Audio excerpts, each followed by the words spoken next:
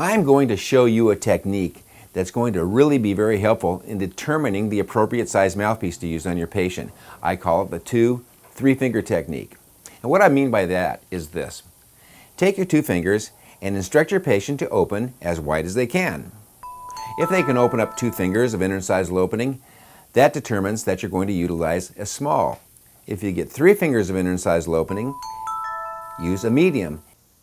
Use the medium DV mouthpiece when you're working on lower molars or when you have a high palatal vault. It has a medium-sized bite block, but the tongue protector goes farther down into the floor of the mouth and higher up into the palate.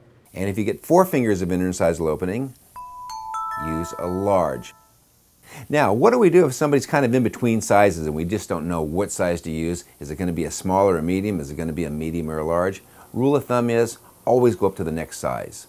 Why do we do this? Because it's trimmable. I can take a pair of crown and bridge scissors and trim off any excess that I feel may be a little bit too large. These are single-use items. We open them up, take the mouthpiece out of the package. I put a little bit of lubricant on the inside of the mouthpiece here. That just allows the mouthpiece to slip on to the head of the Isolite a little bit easier.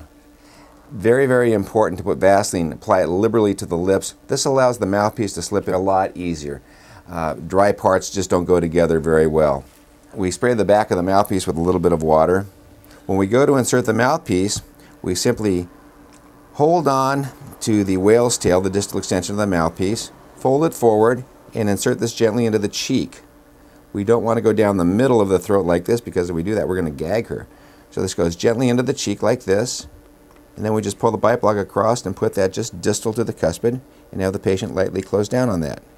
I turn the light on here. The mouthpiece illuminates this very, very nicely. Notice that the inferior aspect of the isthmus is resting on the retromolar pad, and the superior aspect of the isthmus is positioned just distal to the maxillary tuberosity. Here's a tip for you. With your thumb and index fingers, this is how I want you to hold it for insertion. Remember, this is really soft and flexible. If you grip it like a hammer, your hand is going to be hitting into the side of the cheek, and it's going to obstruct the way that you put the mouthpiece into the mouth. So gently grab it with your thumb and your index finger here, and your thumb and your index finger just like this, and then insert this into the cheek over here, not down the throat.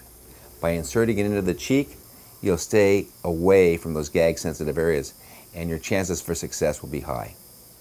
Remember, hold this with your thumb and your index fingers very gently, not a hammer grip, and then gently insert this into the cheek.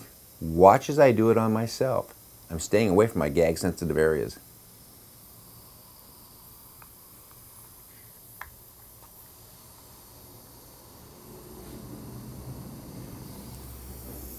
Easy, and it comes out just as easy as it went in.